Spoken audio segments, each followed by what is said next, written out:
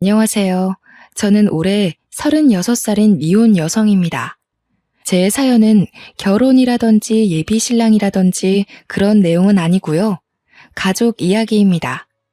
저는 딸만 셋인 집에서 막내딸로 태어났는데요.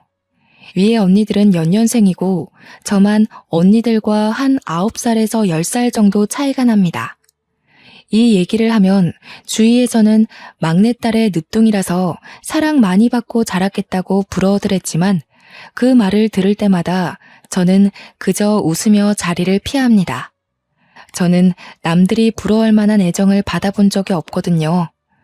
오히려 그 반대로 부모님의 무관심 속에서 컸어요. 부모님 원망도 많이 했는데 오늘 이 시간을 통해서 부모님을 향했던 어리석은 미움을 털어버리고자 컴퓨터를 켰습니다. 저는 딸 집안의 막내딸로 태어나 아직 미혼인 상태인데요. 반면 언니들은 둘 다 시집을 갔습니다. 제가 막 20대가 되었을 때 언니들은 아빠가 소개해준 형부를 만나 결혼을 했어요. 저희 집에는 우리 자매가 상당히 꺼려하는 엄한 아빠가 있고 친구처럼 편한 엄마가 계십니다. 언니 둘은 결혼을 해서 집을 나가고 없으니 저만 부모님과 같이 살고 있었어요. 언니들이 집에 없으니까 부모님의 관심이 그나마 저한테 집중되었는데요. 자식이라고 저밖에 안 남았으니 집중할 수밖에 없어서 옛다 애정 받아라 그런 느낌으로 관심을 받았던 기억이 납니다.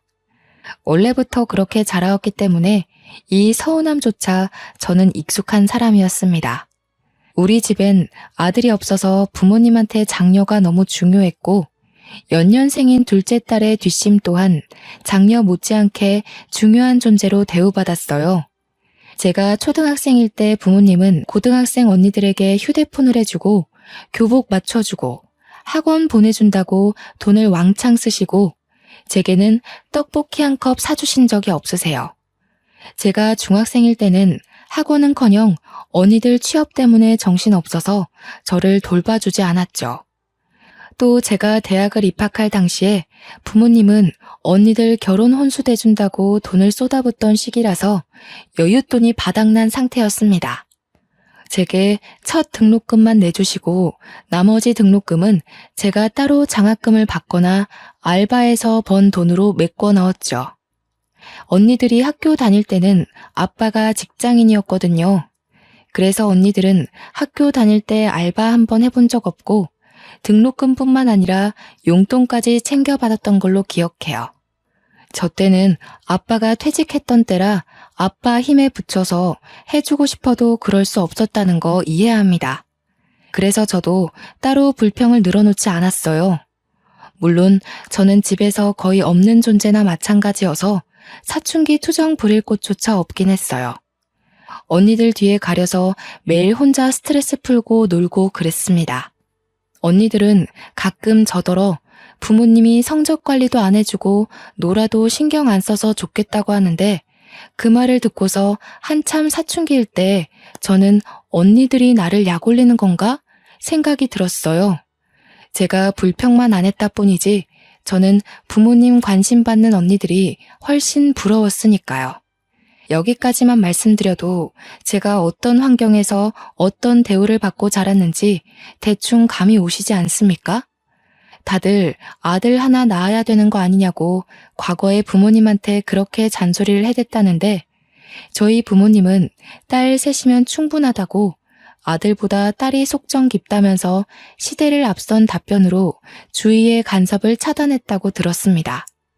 그 마음이 제게까진 닿지 않았던 걸까요? 제 눈에는 부모님이 아들 없어서 언니들한테 뼈 빠지게 쏟아붓는 걸로만 보였거든요. 저희 아빠가 늘 호랑이처럼 지엄한 분이라고 말씀드렸잖아요. 그만큼 다가가기 어려웠다는 말인데 언니들조차 아빠랑 속 얘기는 거의 안 해봤을 거예요. 아빠는 평소 저희와 대화를 나눌 때 격식을 차린 자리에서만 저희를 불러다 나앉혀놓고 말씀하시는 분이셨습니다. 주로 사회생활 대처며 앞으로의 계획 등 이런 진부한 얘기를 할 때만 저희에게 대화를 시도했죠. 이런 대화만 하는데 어떻게 마음으로 가까워질 건덕지가 있었겠습니까? 아빠와 저희 자매가 친해지기 어려웠던 또 하나의 이유는 바로 시집이었는데요. 아빠는 늘 저희가 빨리 시집을 가길 바라셨습니다. 아빠는 택배를 하는 공무원이셨는데 정년 퇴직하기 전에 축의금 뿌린 거 거둬야 된다고 언니들이 나이 30대고 나서부턴 그렇게 결혼하라는 말을 입에 달고 사셨어요. 그래서 언니들은 그 성화에 못 이겨 아빠가 붙여주는 남자와 결혼을 서두르다시피 했습니다. 저는 말씀드렸다시피 언니들과 나이 차이가 좀 있어서 당시에 20살이었던 제게는 아빠가 차마 결혼하라고 재촉 못하더군요. 언니들이 나이 40일 때 저는 그때서야 30대가 되었는데요. 그쯤에는 아빠는 당연히 퇴직하고 연금을 받고 있었고 저는 돈을 보태어 부모님께 생활비를 드리며 직장 생활을 하고 있었습니다. 그런데 제가 30살이 되니까 아빠가 이젠 제게도 슬슬 결혼 얘기를 하시더라고요. 너는 언제까지 시집도 안 가고 이렇게 살 거니? 어디 좋은 남자 없어? 네 나이 되면 주변에서 소개팅도 들어오고 한다던데 어째 너는 그런 것조차 하나 없냐? 나는 아직 결혼 생각 자체가 없어. 주위에서 소개팅 들어와도 내가 안 받겠다고 하니까 아빠가 모르는 거지. 결혼하고 싶은 사람이 생기면 그때 돼서 생각해 볼게. 그게 언젠데? 아빠 죽으면 그때 갈래? 부모 하나 없이 결혼하면 그것도 요즘은 흠이다. 널 늦게 낳아서 그렇잖아도 우리가 사돈 될 사람보다 나이도 많을 텐데 우리 죽고 없으면 너 누구 손잡고 식장 들어갈래? 무슨 말을 또 그렇게 해. 그럼 내가 아무 남자 붙잡고 결혼했으면 좋겠어? 아빠 말대로 시기 맞춰서 억지로 결혼했는데 만약 불행하면? 그건 내 책임이라고 할 거야? 아빠는 결혼이 급하지 않다는 제 생각을 충분히 알 텐데도 저만 보면 결혼 얘기를 꼭 꺼냈습니다. 그래서 최대한 아빠와 말다툼하지 않으려고 아빠가 결혼 얘기할 낌새를 보이면 그 자리를 급히 피하곤 했죠. 그렇다 보니 예전보다 더 아빠와의 대화가 줄어들었어요. 엄마는 아빠가 퇴직하는 바람에 요즘 일도 없고 집에만 있어서 적적하다고 말동무 좀 되어주라고 하는데 저도 그러고 싶었어요.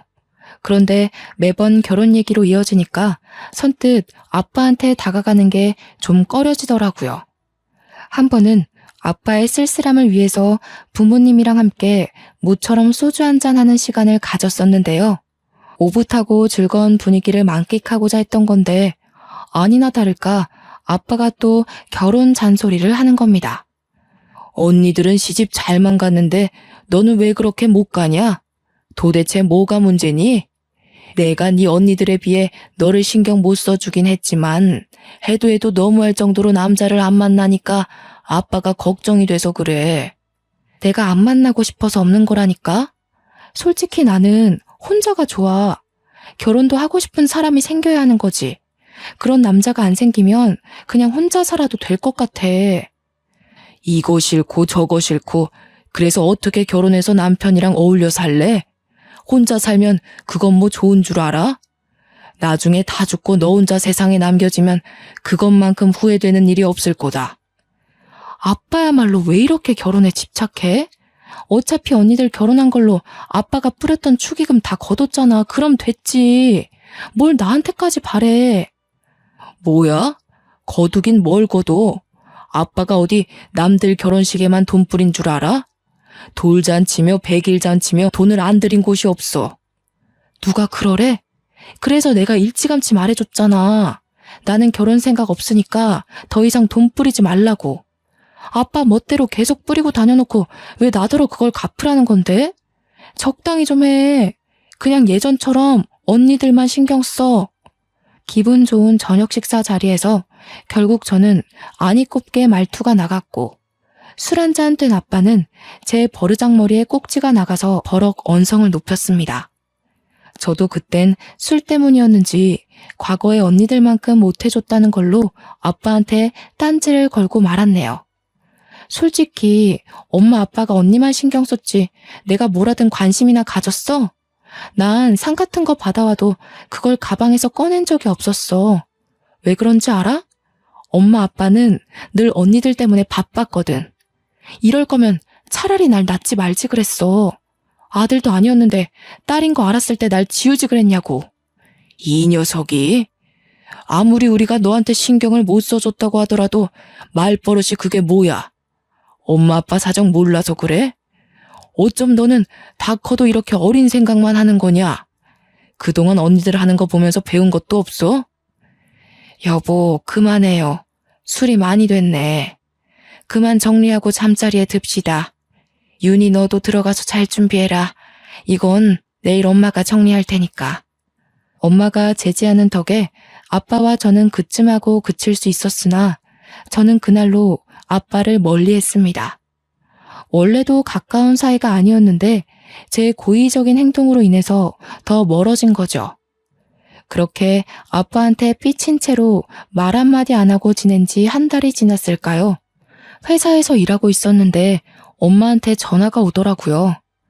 엄마는 보통 제가 근무 중인 거 알아서 그 시간에는 전화를 안 걸어요. 그런데 그날따라 연달아 2번이나 전화 오길래 받아봤는데요.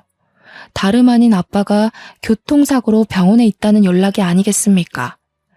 놀란 저는 근무지에 얘기하고 얼른 병원으로 달려갔습니다. 가니까 엄마가 아직 눈 못 뜨고 있는 아빠 옆에서 아빠 손을 잡고 앉아 있더라고요. 어떻게 된 거냐고 물어보니까 엄마가 망연자실한 표정으로 말씀하셨어요. 네 아빠 곧 생일이잖니. 신발 하나 사주려고 택시 타고 백화점 가는데 웬 중앙선을 넘어온 차가 우리 택시 쪽으로 돌진하는 거야. 기사님이 그걸 피하려다가 콘크리트 옹벽을 들이받았어. 지금 기사님도 많이 다쳐서 가족들 오고 난리도 아니었다. 사고 때에 아빠랑 기사님 쪽으로만 강하게 부딪혀서 엄마는 무사했다고 들었습니다. 엄마도 이마랑 팔꿈치 쪽에 작은 타박상이 있었지만 엄마가 이건 아무것도 아니라면서 아빠 어떡하냐고 눈물을 보이시더라고요. 저도 마음이 안 좋았어요. 의식을 못 찾고 계시는 거면 가벼운 사고는 아니란 거잖아요. 또 아빠가 호흡기를 끼고 있는데 어떻게 마음이 아무렇지 않을 수 있겠습니까? 나중에 의사가 와서 하는 말로는 아빠한테서 뇌출혈 증상 말고는 따로 보이는 외상이 없다고 했으나 정확한 건 아빠가 깨어나고 정밀 검사를 좀 더 진행해봐야 알 수 있다고 했습니다. 저는 불안한 마음으로 다음날 연차까지 내면서 엄마와 아빠 옆을 지켰는데요. 그날 밤늦게 아빠가 깨어나신 거 있죠? 어차피 다음날 검사를 할 수 있기에 일단은 기다려야 했는데 문제는 그게 아니었습니다. 엄마는 깨어난 아빠의 모습을 보고는 평소와 다르다고 했습니다. 아빠가 어딘가 모르게 발음이 어눌하고 시선을 잘 못 맞췄어요. 저와 엄마가 하는 말을 잘 알아듣지도 못했고 우리를 아예 못 알아보는 것 같았죠. 말도 잘 안 하시는 데다가 인지 능력도 떨어져 보였습니다. 급한 대로 간호사를 불러서 상태를 확인을 했는데 간호사 표정이 안 좋더라고요. 왜 그러냐고 물어봐도 간호사는 증상이 예상외로 안 좋다고만 대답할 뿐 선뜻 정의를 내려주는 게 아니라서 더 묻지는 못했습니다. 다음날 정밀 검사를 몇 차례 더 진행했는데 그때서야 간호사 표정이 왜 그랬는지 알 수 있었죠. 아니나 다를까 아빠가 외상성 치매 증상이 나타났다고 하는 거 아니겠어요? 교통사고 후유증이라는데 사고로 인해 뇌신경이 크게 흔들려서 손상이 되어버렸다고 합니다. 그날로 아빠는 62살이란 젊은 나이에 조기 치매 판정을 받았습니다. 완전 집안의 날벼락이 떨어진 셈과 같았죠. 엄마와 저는 너무 큰 충격을 받아서 한동안 크게 상심했습니다. 어제까지만 해도 멀쩡하던 아빠가 한순간에 말도 제대로 못하는 어린아이가 되어버렸어요. 제게 결혼 언제 할 거냐면서 눈을 무섭게 뜨고 몰아붙이던 저희 아빠가 이젠 제 눈도 못 마주친다고요. 이건 아빠와 다투는 바람에 아빠가 미워서 계속 피해 다녔던 상황과는 확연히 다르잖아요. 우리 아빠가 치매라니. 저는 저를 알아보지 못하는 아빠의 모습을 받아들이기가 너무 힘겨웠습니다. 한참 상심 끝에 저는 연락 뜸하게 지냈던 언니들에게 이 사실을 알렸고 언니들이 그 주 주말에 병원을 찾아왔어요. 다른 지역에 사는 사람들이라서 본래 하던 일도 있고 주말에 시간 맞춰 오느라 다소 늦게 아빠를 살피러 왔는데요. 그래도 윤이 있어서 다행이다. 엄마 혼자 있었으면 봐주기 힘들었을 거잖아. 이게 보험 처리가 되는 문제였던가? 보험사 연락해봤어? 뇌 손상이라고 하더라도 치매 쪽으로 빠지면 보험에 불리하다는 말을 들은 것 같은데. 우선 여기 있지 말고 요양병원으로 옮기는 것부터 하자. 여기 병원 돈 많이 나와. 명절이 아니고서야 만날 일이 없어서 언니들과는 오랜만에 만나는 거였습니다. 그런데 저와 엄마와 달리 언니들은 아빠 증세를 보고도 생각보다 덤덤한 반응이더군요. 사정을 더 들어보니까 둘째 언니는 이미 심호되는 사람이 치매로 있었고 첫째 언니는 아빠한테 어릴 때 싸대기 맞은 기억 때문에 원래부터 아빠를 별로 안 좋아했던 거였어요. 그래도 그렇지 부모님이 사고가 나서 평생 장애를 안고 살게 생겼는데 너무 무심한 거 아닌가 싶더라고요. 아빠 병원비 나 혼자 감당하기 어려워. 당분간 검사도 주기적으로 받아야 된대. 엄마랑 나 생활할 돈 다 쏟아 부어도 부족할 판이야. 언니들이 돈 좀 보태줘야 돼. 우리 부모님 일이니까 저는 당연한 일이라 생각하고 제안했던 건데 형부들도 그렇고 언니들도 그렇고 제 말에 선뜻 대답하지 않는 겁니다. 서로 눈치를 보고 있는데 그 꼴이 딱 봐도 돈 나가는 게 아까워서 고민하는 모습이었습니다. 아이고 됐다. 무슨 가정 있는 사람들한테 돈을 달라고 하니 자기 식구들 먹고 살 여건도 빠듯할 텐데. 내가 저기 외가 쪽에 알아볼 테니까 너희들은 아빠 신경 쓰지 말고 한 번씩 안부 전화나 줘. 바쁜데 그만 돌아가도 좋아. 아무래도 엄마 또한 언니들과 형부들의 태도를 눈치챘나 봅니다.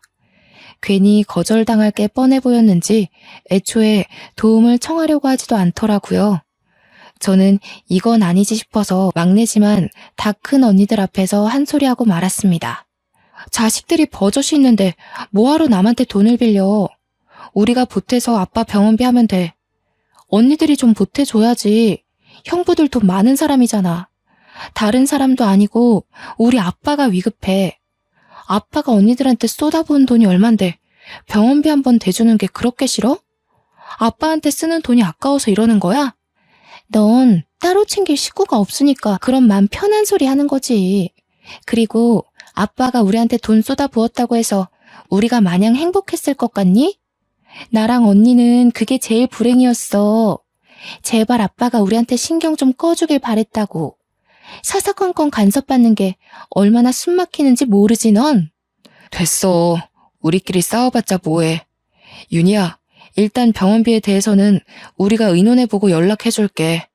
근데 언니가 한마디만 하자. 보이는 대로만 생각하지 마. 우리한테는 아빠 울타리가 지옥이나 다름없었어. 저는 그냥 자식된 도리로서 병원비 좀 보태달라고 했을 뿐인데 제가 이런 경고까지 들어야 할 정도로 잘못했던 걸까요? 첫째 언니나 둘째 언니나 제 말에 울컥해서 아빠에 대한 반감을 고백했는데 이 자리에 아빠가 있다는 것도 잊었나 봅니다. 아무리 아빠 정신이 온전치 못한 상태라고 해도 아빠가 함께 있는 자리였단 말이에요. 어떻게 저리 기본적인 도리도 없을 수가 있죠? 엄마는 이미 언니들을 등지고서 아빠만 살피고 있었는데 표정을 보니까 언니들한테 실망한 기색이 역력했어요. 그런데도 그 실망한 표정을 언니들한테는 들키지 않으려고 숨기더군요. 언니들은 그 정도의 말밖에 안 하고는 고작 병실에 30분 정도 있다가 우르르 나가버렸습니다. 심지어 전화로 연락해준다고 하더니 며칠을 기다려도 전화 한 통이 안 오더군요. 그래서 제가 작은 언니한테 먼저 전화를 걸었습니다. 내 돈이 아니잖아. 나도 그날 집에 내려가는 길에 네 형부랑 많이 다퉜어. 지금 합의 본 액수가 한 100만 원이거든? 더는 어려워. 100만 원? 아니, 병원비에 앞으로 요양비까지 들어갈 돈이 많아. 그럼 나랑 엄마는 손가락 빨면서 지내? 아무리 출가 외인이라지만 너무하는 거 아니야? 그럼 어떡하라고. 네 형부 엄마도 치매 환자야. 이미 거기에도 돈 엄청 들어가. 가뜩이나 애들 학비까지 대줘야 돼서 우리도 예전만큼 넉넉지가 않다고. 저도 우턱대고 돈을 달라고 할 생각은 없었지만 작은 언니가 말하는 태도가 너무 기분 나쁘더라고요. 그래서 몇 분을 더 따지고 들었던 것 같습니다. 작은 언니만 그랬으면 제가 이 정도로 우라통이 터지진 않았을 겁니다. 큰언니라는 사람은 작은 언니보다 더 했는데요. 왜냐면 큰언니는 고등학교 때까지 아빠한테 싸대기를 맞았거든요. 장녀라는 이유만으로 큰언니는 가장 가혹한 훈육을 당해왔어요. 그래서 그런지 아빠에 대한 반감이 작은 언니보다 더 컸습니다. 아빠가 붙여준 남자랑 결혼하는 바람에 내 인생 망했다고. 네가 첫째의 고충을 알아? 내가 첫째라고 너희들 대표해서 얼마나 혼났는데. 네가 잘못해도 내가 맞고 윤정이가 잘못해도 내가 맞았어. 너라면 아빠가 곱게 보일 것 같니? 사춘기야. 언니가 지금 나이가 얼만데 사리분별을 못해? 아빠가 아픈데 그때 반감을 이렇게 풀면 어쩌자는 거야. 그건 그거대로 아빠한테 사과를 받던가 한바탕 싸우던가 뭘 하든 나중에 할 일인 거지. 여기서 그 얘기가 왜 나와? 네가 뭘 알겠니? 윤정이 집에서 100만 원 해준다고 했다며? 나도 100만 원밖에 못 해주니까 정 힘들면 네가 좀 아껴서 살아. 넌 네가 번 돈 너한테만 쓰잖아. 그리고 너는 아빠가 남자 안 붙여줬지? 그것만으로도 행운인 줄 알고 아빠한테 은혜 갚는다 생각해. 제가 결혼 정년기가 되었을 땐 아빠가 퇴직하는 바람에 어쩔 수 없이 아빠로부터 소개를 받지 못했던 거였는데요. 그걸 저더러 특혜라고 생각하라는 큰언니 말이 너무 어이없지 않습니까? 언니들이 아빠한테 가장 크게 서운해한 점은 다름 아닌 결혼 때문이 가장 컸습니다. 언니들은 막상 결혼할 때는 좋다고 결혼해놓고 부부싸움을 하기만 하면 자신들의 인생을 이렇게 만든 아빠를 욕했어요. 아빠 덕분에 의사 사모님, 대기업 과장 사모님 소리 듣고 살면서 늘 불평불만이 많았죠. 저도 더는 구질구질하게 애걸하고 싶지 않아서 언니들에게 고작 200만 원의 도움만 받았고 나머지는 제가 아끼고 아껴서 모든 걸 해결했습니다. 어쩔 수 없이 대출까지 받으면서요. 그렇게 아빠가 태어날 때까지 부지런히 아끼며 살다가 의사가 더는 손댈 방도가 없다고 하여 아빠를 모시고 집으로 귀가하였습니다. 일상처럼 완벽하게 복귀될 거라는 기대는 당연히 안 했어요. 치매에 대해 많이 검색도 하고 조사도 해봤거든요. 그래서 매사에 불안한 마음으로 출근을 했는데요. 아니나 다를까 한날은 퇴근하고 갔더니 엄마가 급하게 외출 준비를 하고 있는 겁니다. 엄마한테 어디 가냐고 물었더니 아빠가 집을 나갔다는 거 아니겠어요? 엄마가 잠시 요리하고 있는 사이 아빠가 사라졌다고 했습니다. 놀란 저는 엄마와 같이 아빠를 찾으러 나섰고 그 사이 경찰에 신고까지 했어요. 다행히 아빠가 가지고 있는 휴대폰 덕분에 위치 추적을 해서 찾을 수 있었습니다. 그날 이후 엄마는 아빠와 자신의 손목을 끈으로 연결하고서 잠을 청했는데요. 엄마도 아닌 척하지만 그날 많이 놀란 것 같았어요. 이걸 다행이라고 해야 할지 모르겠지만 아빠는 대소변을 못 가리거나 아이처럼 음식으로 장난치는 증상은 없었습니다. 그러나 유독 돈에 집착하는 모습을 보였어요. 10원 하나라도 누가 자기 돈에 손을 대기만 하면 버럭 소리 지르면서 근처도 못 오게 하더라고요. 아빠는 그렇게 집에 있는 현금과 통장을 매일 매시간 확인하고 만지고 감췄습니다. 그런데 문제는 아빠가 아빠 돈뿐만 아니라 제 돈도 엄마 돈도 모조리 다 숨겨버린다는 겁니다. 자기 것도 아닌 카드랑 통장까지 모두 보이기만 하면 다 제 것으로 여기며 훔쳐갔어요. 한날은 출근한다고 바쁘게 나갔는데 차에 기름이 없길래 주유소에 잠깐 들렸거든요. 그런데 아무리 뒤져도 가방 속에 지갑이 없는 거 아니겠습니까? 전날 출퇴근할 때만 해도 지갑이 있었는데 다음날 아침에 없다는 건 퇴근 이후에 사라졌다는 거잖아요. 저는 아빠가 치매 걸리고 난 후부턴 퇴근하고 어딜 들린 적이 없어요. 무조건 집에 붙어 있었거든요. 그렇다는 말은 제 지갑이 집에서 없어졌다는 말밖에 안 되는데 그 순간 저는 쎄한 기분이 들면서 설마 싶더라고요. 엄마한테 전화했더니 엄마 생각도 아빠 짓이 맞는 것 같다고 하는 겁니다. 엄마가 아빠 자는 사이에 몰래 확인해서 있으면 빼내서 갖다 주겠다고 했습니다. 아빠의 이런 행동은 제가 근무지에서 일 때문에 예민해진 날이면 좀 스트레스로 와닿았어요. 그래도 참을 수 있을 정도라 여태 직접적으로 따지지는 않았죠. 저는 차를 몰고 집까지 결국 돌아갔는데요. 아무리 기다려도 엄마가 안 나오는 겁니다. 다시 전화했더니 이젠 전화도 안 받더군요. 결국 제가 올라갔는데 문을 열자마자 싸우는 소리가 들렸어요. 알고 보니 엄마가 제 지갑 빼내려다 아빠한테 걸려서 맞고 있는 게 아니겠습니까? 놀라서 신발도 못 벗고 들어가 아빠를 말렸는데 이번엔 아빠가 저를 모르는 사람 취급하며 저한테 손찌검을 하려고 하더라고요. 그걸 또 엄마가 일어나서 말리고 아주 난장판인 순간이었습니다. 안 그래도 회사 지각에 차 기름 넣을 시간까지 없어서 예민한 상태였는데 결국 저는 여태 쌓여있던 불만을 모두 터뜨리고 말았습니다. 제발 좀 그만해, 아빠. 우리 힘들어. 아빠 때문에 안 그래도 살기 힘들다고. 아빠가 이렇게 우리 숨통 조르지 않아도 엄마랑 나 죽을 것 같이 힘들어. 아빠 때문에 나 회사 잘리면 아빠 뭐 먹고 살 건데? 우리 어떻게 살아가냐고. 제발 그냥 가만히 좀 있어주면 안 돼? 아무것도 하지 말고 제발 좀 얌전히 있어. 그러면 안 되는 줄 알지만 제가 울면서 악을 썼더니 아빠가 올리고 있던 손을 내리더군요. 그리곤 엄마를 밀치고 다시 제 지갑을 들고 가 꽁꽁 숨기는 짓을 이어갔어요. 말이 안 통한다는 건 이미 아빠가 치매 판정을 받았을 때부터 알았던 사실인데 그 순간엔 알고 있는 그 사실마저 모든 게 원망스럽더라고요.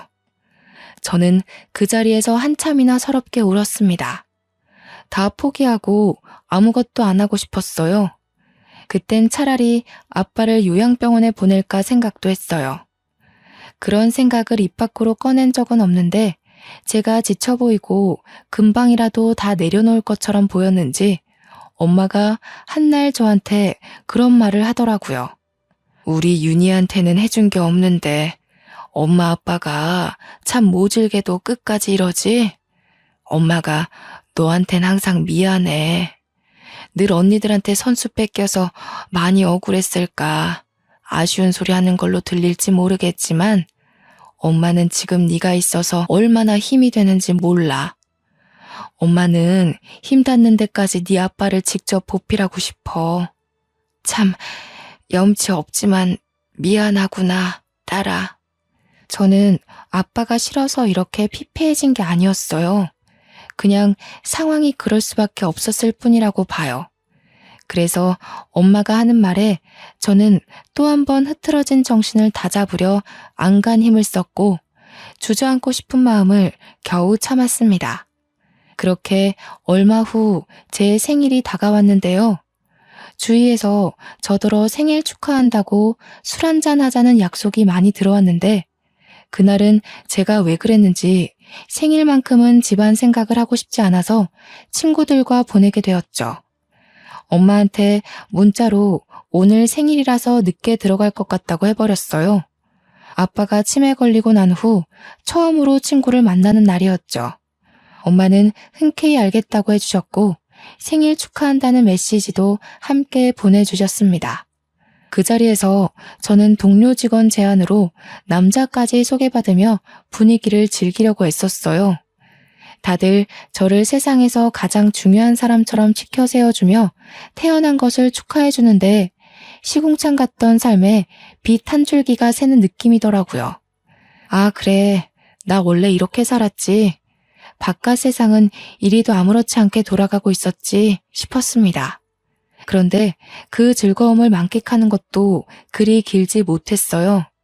중간에 엄마한테서 전화가 왔는데 일단 한 번은 안 받았어요.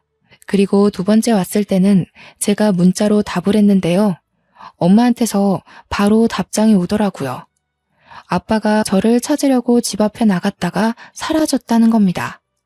걱정은 되었지만 아빠가 사라지는 경우가 종종 있었기에 제가 우선 경찰에 신고하겠다고 엄마를 안심시켰습니다. 그렇게 몇 시간 후 2차를 가기 위해 장소로 옮겨갈 때 엄마한테서 다시 걸려온 전화 한 통을 받게 되었는데요. 그날은 제 인생에서 가장 후회가 되고 아직까지도 제가 제 생일을 더 이상 축하하지 않게 된 계기가 된 날이기도 했습니다. 윤희야, 어떡하니? 네 아빠가 죽었다. 내가 잠시 네 아빠 모자 챙기러 올라갔다 온 사이에 네 아빠가 또 사고가 났어. 그런데 네 아빠가 숨을 안 쉬어. 윤희야, 어쩌니? 네 아빠 어떡하니? 그 전화를 받고 나서부터 제정신은 온전치 못했습니다. 어떻게 집까지 갔는지 구체적인 기억이 없어요. 그냥 어디 가냐는 동료들의 말에 미친 듯이 택시를 잡고 병원에 갔다는 느낌 정도만 남아있네요. 그렇게 찾아간 병원에서 저는 들어가기 전부터 아빠를 발견했는데요. 이전처럼 병실에서 호흡기 끼고 있는 아빠가 아닌 장례 차량으로 이송 중인 아빠를 발견한 거였어요. 천으로 똘똘 감싸져 있는 탓에 엄마가 아니었다면 아빠인 줄도 몰랐을 겁니다. 아빠는 뺑소니 사고를 당해서 그 자리에서 바로 눈을 감으셨다고 해요. 그 순간 얼마나 후회가 되었는지 모릅니다. 그냥 술자리 가지 말고 집에 갔다면, 내가 제 시간에 집에 들어가서 가족들이랑 생일을 보냈다면, 그랬다면 우리 아빠가 죽지 않았을 텐데. 나 찾느라고 그 차가운 길바닥에 나갔다가 아프게 돌아가시는 일은 없었을 텐데. 자책이 깊어지자 후회의 눈물이 흘렀고 아빠가 돌아가신 게 모두 저 때문인 것 같아서 정신적으로 너무 힘들었습니다. 아빠의 부고 소식에 언니들까지 그 새벽에 다 올라오고 저희는 정신없이 장례를 준비했어요. 형부가 상주를 서고 다들 장례 절차랑 비용에 대해 안내받는다고 정신이 없었는데 저는 구석에 박혀서 죄책감에 고개도 못 들고 바보같이 계속 울기만 했습니다. 그러자 첫째 언니가 약간 짜증을 내면서 저를 부르더군요. 최윤희, 언제까지 놀고 있을 거야? 지금 갑자기 상나서 한 손이라도 더 필요한 거 몰라? 적당히 하고 와서 도와. 그런다고 아빠가 살아 돌아오시는 거 아니다. 너도 아빠한테 짜증 많이 냈다면서. 엄마 말론 아빠 때문에 네가 많이 힘들어했다고 그러던데? 너도 솔직히 그만하고 싶었을 거 아니야. 그리고 언젠가 일어날 사고였어. 치매 증상에서 제일 위험한 게 밖으로 놔두는 거잖아. 사고랑 직결된 문제니까. 언니 둘은 저더러 자기들이랑 똑같이 아빠한테 학을 떼놓고선 뭘 이제 와서 후회하고 오냐고 하더라고요. 그 소리를 듣는데 화가 났던 저는 당시 저의 죄책감을 언니들한테 풀려고 했던 것 같아요. 언니들은 아빠 자식 아니야? 지금 남이 죽었어. 아빠가 돌아가셨는데 겨우 그렇게밖에 말 못해? 막말로 아빠가 언니들한테 형부들 붙여준 게 그렇게 잘못된 일이야? 언니들도 형부들 돈 많아서 좋다고 여기저기 자랑하고 다녔잖아. 잘난 것도 없는 언니들 아빠가 뒷바라지 다 해서 사모님 소리 듣게 만들어줬잖아. 어머머, 우리가 무슨 자랑을 했다고 그래. 너 없는 소리 지어내고 그러는 거 아니다. 잘 모르면서 어줍잖게 시비 걸지 마. 그리고 방금 잘난 것도 없다고 했니? 너만큼 잘난 게 없겠어? 머리에 피도 안 마른 게 기어오르네. 아빠 방법이 틀렸다고 해도 나는 언니들이 그걸 이해해줄 나이가 됐다고 봤어. 나도 아빠가 어떤 마음으로 언니들한테 애썼는지 알겠는데 언니들은 대체 왜 몰라? 아니면 알고도 그냥 모르고 싶은 거야? 어떻게 그 나이 먹고도 철이 없을 수가 있어. 이게 술 먹고 왔다더니 돌았나.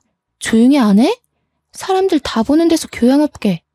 너야말로 생일 파티 한다고 철없이 술 먹다가 온 거잖아. 네가 술 먹는다고 늦게 오지만 않았어도 아빠가 밖을 나갔겠니? 그렇잖아도 제가 스스로 자책하고 있던 부분을 작은 언니가 콕 집어 얘기해주니까 순간 목구멍이 턱 막히더라고요. 당시에는 그랬어요. 아무리 이런저런 이유를 갖다 붙여도 아빠가 돌아가신 건 결국 저 때문이라는 결론밖에 내릴 수가 없었죠. 저제, 이러지 말고 그냥 앉아서 쉬어. 우리가 다 할게. 그리고 이거, 돈 필요하면 나한테 따로 연락해. 내가 처제라면 얼마든지 보태줄 수 있어. 형부가 슬쩍 제 손에 무언가를 쥐어줬는데 다름 아닌 돈이었습니다. 그러면서 제게 귓속말로 덧붙이는 말이 부르기만 하면 언제든지 서울로 올라온다는 겁니다. 아, 그러고 보니 현실 때문에 잠시 잊고 살았는데요. 제게는 언니들한테 말 못했던 엄청난 비밀이 하나 있었습니다. 큰형부, 작은형부 둘 다 제게 다른 마음을 품고 있었다는 거예요. 과거의 형부들은 하나같이 전부 언니들을 소개받고도 저한테 따로 관심을 보였습니다. 막내딸은 얼굴도 안 보고 데려간다는데 제가 딱 그 짝이었거든요. 제 입으로 이런 말 하기 좀 그렇지만 우리 세 자매들 중 제가 가장 외적으로 뛰어난 편이었어요. 부모님이 뒷바라지 팍팍 해줘서 잘 나갔던 건 언니들이었지만 주위 이웃이나 지나가는 사람들은 외적인 것 하나만 보고서 언니들이 아닌 제게 더 많은 관심을 주었습니다. 형부들도 마찬가지였죠. 비록 아빠를 통해서 언니들을 소개받았지만 사실 저와 결혼을 하고 싶었던 겁니다. 형부들은 언니들이랑 결혼하고도 신혼 초에 저한테 연락을 많이 보냈었어요. 저는 그 잘못된 관심을 받고도 언니들 가정을 파탄내고 싶지 않아서 그냥 모른 척 넘겼습니다. 당시는 제가 너무 어렸기도 해서 이 사실 자체가 그저 미안하더라고요. 그래서 언니들한테 영원히 숨길 비밀로 혼자만 알고 있던 사실이었습니다. 그런데 장례식장에서 저는 그 마음이 틀어지고 말았죠. 당장 이곳을 초토화시켜버릴 수 있었지만 저 또한 아빠한테 잘한 것 없는 입장이기에 일단 장례만큼은 조용히 치르고 싶었어요. 그래서 우선은 참고 넘겼습니다. 아마 언니들은 형부들의 흑심을 까맣게 모르고 있을 겁니다. 저 또한 형부들의 흑심이 여태까지 이어져 왔는지는 몰랐는데 이참에 잘 됐다고 봐요. 언니들 가정을 확실히 망쳐놓을 수 있을 것 같거든요. 차라리 제대로 인생 망해봐야 아빠도 욕먹는 게 덜 억울하지 않겠습니까? 그렇게 인정 없는 장례 절차를 마치고 집으로 돌아온 날, 저는 엄마랑 같이 아빠 물건을 정리했어요. 그때 엄마가 제게 무언가를 건네줬는데 저는 그걸 바로 알아볼 수 있었죠. 그건 다름 아닌 아빠가 그렇게 끼고 사수했던 통장들 중 하나였습니다. 받아. 아빠가 너 주려고 가지고 있던 거야. 너 결혼하면 줄 예단비인데 너 크면 꼭 챙겨줄 거라고 그렇게 꽁꽁 감추고 있었어. 코앞에 있던 자기 딸도 못 알아봤으면서 통장 주인은 꼭 너라고 내내 당부했거든. 엄마가 힘겨운 마음을 다잡고 말하기를 아빠가 평소 엄마한테 그랬대요. 막내한테는 언니들만큼 못해줘서 늘 미안한 마음을 안고 살고 있다고요. 언니들은 태어날 때부터 걸음마를 하고 유치원을 가고 초중고에 대학까지 가는 내내 한시도 눈을 떼본 적이 없는데 결혼까지도 신경 써주고 모은 돈 다 털어가면서 바치고 그랬는데 저는 아빠 스스로도 평생 죄책감을 묻어두고 있었을 정도로 쓸쓸히 크게 했다고 말이에요. 아빠도 그걸 알아서 제 생각만 하면 그렇게 미안한 마음밖에 없었다고 합니다. 그나마 저한테는 해줄 수 있는 게 이것밖에 없었기에 아빠는 연금에서 생활비를 제한 모든 돈을 차곡차곡 모았다고 했어요. 엄마가 주는 통장을 받고 그걸 펼쳐보는데 저는 바닥에 놓인 아빠의 영정사진을 차마 쳐다볼 수가 없었습니다. 통장 내용을 보자마자 눈물을 터뜨렸기 때문인데요. 통장 잔액 옆에 입금자 명이 전부 미안해 막내딸로 기재되어 있는 거 아니겠습니까? 평소 고맙다, 미안하다 이런 말 못하시는 분이라는 걸 알아서 이 간결한 표현 하나만으로도 아빠의 마음이 얼마만큼 담겨 있는지가 충분히 느껴졌어요. 아빠는 어릴 때부터 어렵게 살아서 자식만큼은 돈 때문에 걱정하지 않도록 살게 해주려고 젊은 시절부터 피땀 흘려 일만 했다고 했습니다. 엄마가 옆에서 지켜보는데 단 한순간도 제대로 휴일을 보낸 적이 없었다고 했어요. 주말에도 친구 일하는 데 가서 일용직으로 돈을 벌었고, 평일에는 택배 일하면서 돈을 벌었고, 허리가 아픈데도 병원비 나가는 게 아까워서 파스만 붙이며 견뎠다고 합니다. 기억할지 모르겠는데 아빠가 치매 걸리고 나서 다른 건 다 기억 못해도 딸들 생일은 꼭 기억하더라고. 옛날에 그렇게 뼈 빠지게 일하면서도 너희들 생일에는 아빠가 꼭 휴일을 냈거든. 아빠한텐 그날이 유일하게 쉬는 날이었지. 그러고 보니 저희가 아주 어릴 땐 꼭 생일 때 외식을 했던 기억이 납니다. 전혀 인지를 못하고 있었는데 엄마가 말해주니까 생일마다 아빠까지 온 식구가 함께 있었던 장면만 떠오르더라고요. 그래서 아빠 사망한 그날도 제 생일인 걸 알았던 아빠가 제가 늦게까지 집을 안 오니까 무슨 일 생긴 것 같다고 나선 거였다고 하네요. 이 말을 듣고서 저는 더없이 오열을 했습니다. 아빠를 너무 몰라줬던 것 같아서 마음이 아플 정도로 미워졌어요. 그러면서 동시에 언니들을 향한 증오는 갈수록 더 커지더군요. 그래서 저는 마음을 추스르고 난 후에 바로 일을 저질렀습니다. 형부들이 제게 전화했던 녹음 내용이랑 메신저 기록을 전부 언니 둘에게 보내버렸어요. 그 뒤로 언니들이랑 형부한테서 오는 연락을 받지는 않았지만 전화 오는 횟수로 보아하니 이미 집안이 풍비박산 난 게 아닐까 확신이 들더군요.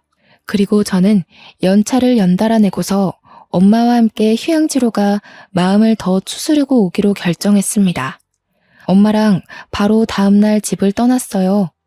언니들이랑 형부가 저희 집을 찾아왔을지도 모르겠네요.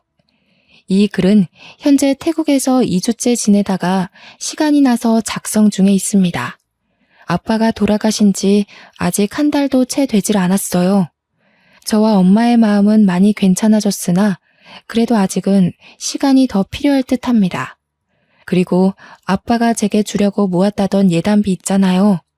그걸 차마 다시 꺼내볼 용기도 없고 꼭 결혼을 해야만 쓸 수 있을 것 같아서 고이 모셔뒀습니다.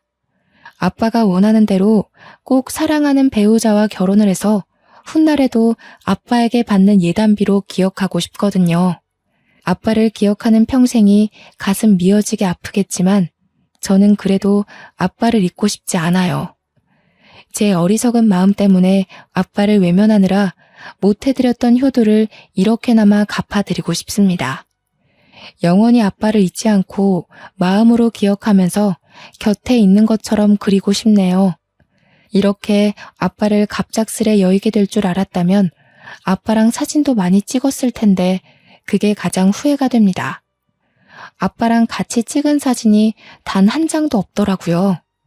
사실은 아빠가 아닌 제가 너무 무심한 딸이 아니었나 싶습니다. 아직도 자꾸 아빠에게 모진말 했던 것만 기억이 나는데 이건 자식으로서 온전히 철없고 어리석었던 죄에 대해 벌 받는 거라고 생각해야겠죠. 제가 아마 제 생일을 다시 축하할 수 있을지 모르겠습니다. 축하를 받더라도 아빠를 꼭 찾아가 아빠와 함께하는 생일을 보내지 않을까 싶어요. 이제 와서 하는 말이 무슨 소용일까 싶지만 이 글을 쓰는 내내도 아빠가 너무 보고 싶습니다. 아빠한테 보고 싶다는 말을 해본 적이 없는데 그 처음이 하필 너무 늦어버려서 이렇게 허공에 대고 후회만 하고 있네요. 아빠가 다음 생에는 부유한 자식으로 사랑받는 남편으로 존경받는 부모로 태어났으면 좋겠습니다. 저희 같은 철부지 딸내미 말고 아빠의 마음과 노력을 알아주고 안아줄 수 있는 그런 가족을 만났으면 좋겠어요. 그리고 너무 늦었지만 마지막으로 아빠한테 한 번도 못했던 이 말을 전하고 싶습니다. 아빠, 키워주셔서 감사합니다. 가족을 위해 너무 수고하셨어요. 부디 위에서는 매일을 두 발 뻗고 편히 쉬시길 바래요. 우리 아빠, 내가 너무 사랑해. 안녕, 아빠. 후회라는 게 이렇게 가슴이 아프네요. 다들 저처럼 벌받지 마시고 꼭 가족에게 꼭 사랑 표현 많이 해주셨으면 합니다. 이만 글을 마치도록 할게요. 긴 글 감상해주셔서 감사합니다.